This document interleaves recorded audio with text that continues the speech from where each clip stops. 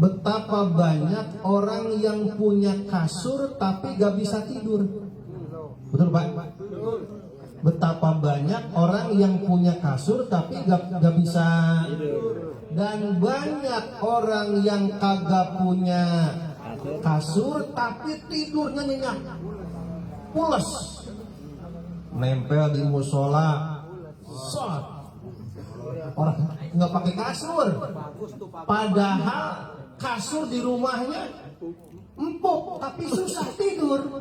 Betapa banyak orang yang punya kasur tapi susah, dan betapa banyak orang yang enggak punya kasur tapi mudah tidur. Jangan meribet istri apa? Manas-manasin mbak ini pengen. Betapa banyak orang yang bahagia enggak perlu harta yang melimpah, hidupnya tenang baik. Dan betapa banyak orang yang melimpah harta tetapi tidur gak tenang, takut ditelepon maka KPK. Maka bahagia itu bagaimana kita yang menciptakan.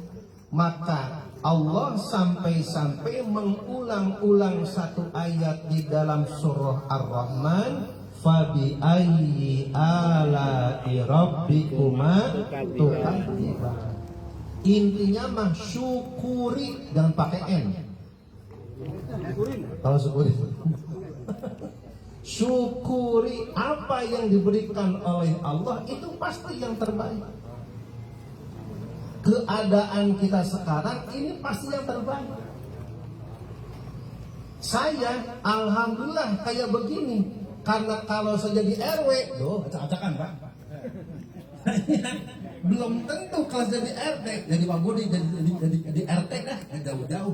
Jadi RT, wow, berantakan urusan Pak, nggak bakal beres.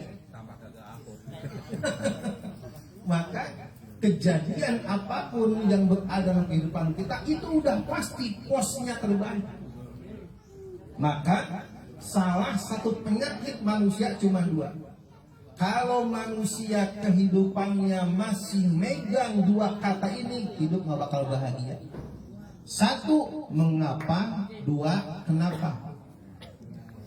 Kalau manusia masih pakai dua kalimat ini, satu, mengapa? Dua, kenapa? Yang pertama, satu, mengapa? Yang kedua, kenapa? Yang sholat kita, yang duha kita, yang tahajud kita, yang beli mobil orang lain. Kenapa? Tuh, apa bakal beres itu? Yang berasa belusuk kita, yang dipilih dia. Mengapa? Apa bakal beres? Kalau hidup masih menggunakan dua kata ini, mengapa dan kenapa, gak bakal tidur. Kenapa ya dia? Padahal mah gak gawe, tapi kemarin beli mobil. Bulan kemarin rumah tingkat 3. Seindah, dari mana duitnya? Jangan-jangan di belakang ada ternak tuyul. Tuh. Kalau hidup udah pakai mengapa dan kenapa, artinya kagak redo sama yang Allah berikan. Padahal kita udah merasa pontang-panting, kepala jadi kaki, kaki jadi kepala. Kata orang Sunda mah ampe notok-notokin sirah. Kata orang Sunda. Ampe sirah ampe notok-notok begitu. Sampai bener-benernya itu pontang-panting, saking pontang-pantingnya. Padahal mah kerja lebih daripada 12 jam. Puilah. Tapi dia kerja yang 3 jam beli mobil. Beli anu. Kenapa? Puilah. Maka kalau hidup udah pakai bahasa kenapa dan mengapa, cirinya satu, bahwa dia tidak senang ketika orang senang, susah melihat orang senang. SMS. Intinya dia tidak ridho dengan kehidupan yang ada. Dan itulah penyakitnya setan dan iblis.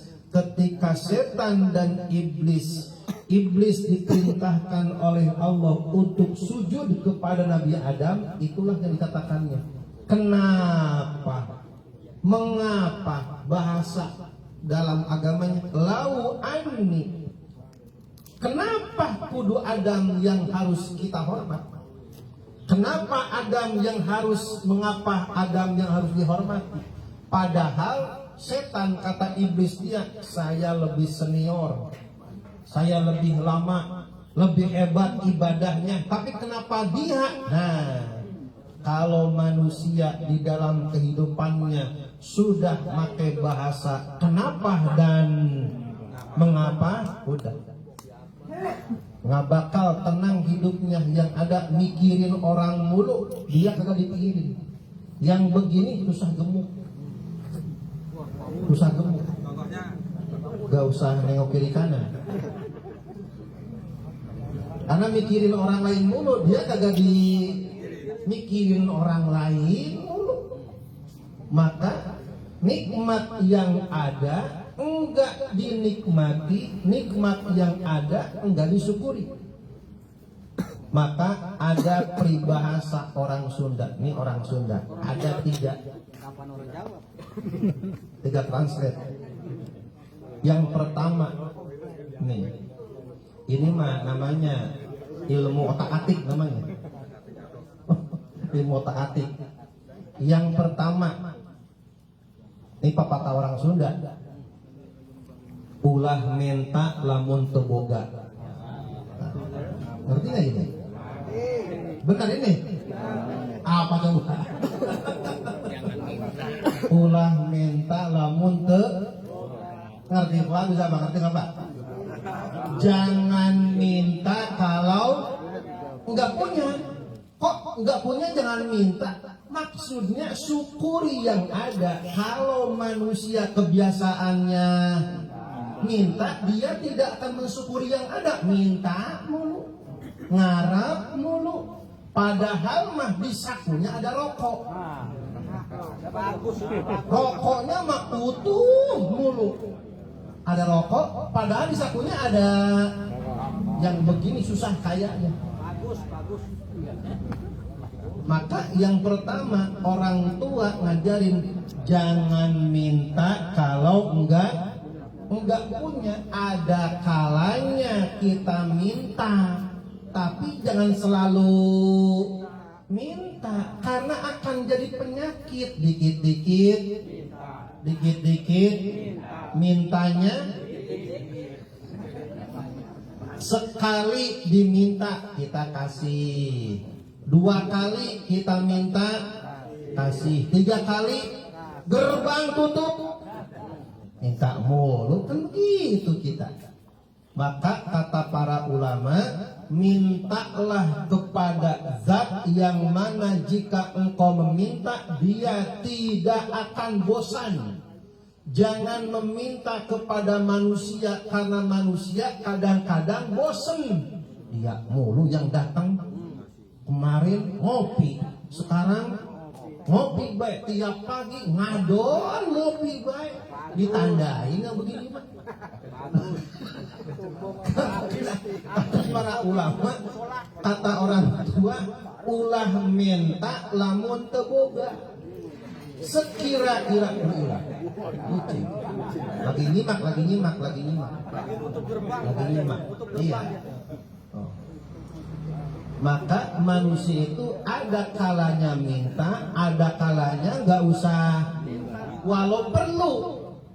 Padahal mah kita perlu, tapi enggak minta. Itu namanya al-afaf, menjaga kehormatan. Kenapa demikian? Merasa mensyukuri apa yang ada. Kalau manusia membiasakan meminta, mengemis kepada siapapun padahal kehidupannya cukup, artinya secara tidak langsung dia tidak bersyukur atas nikmat Allah.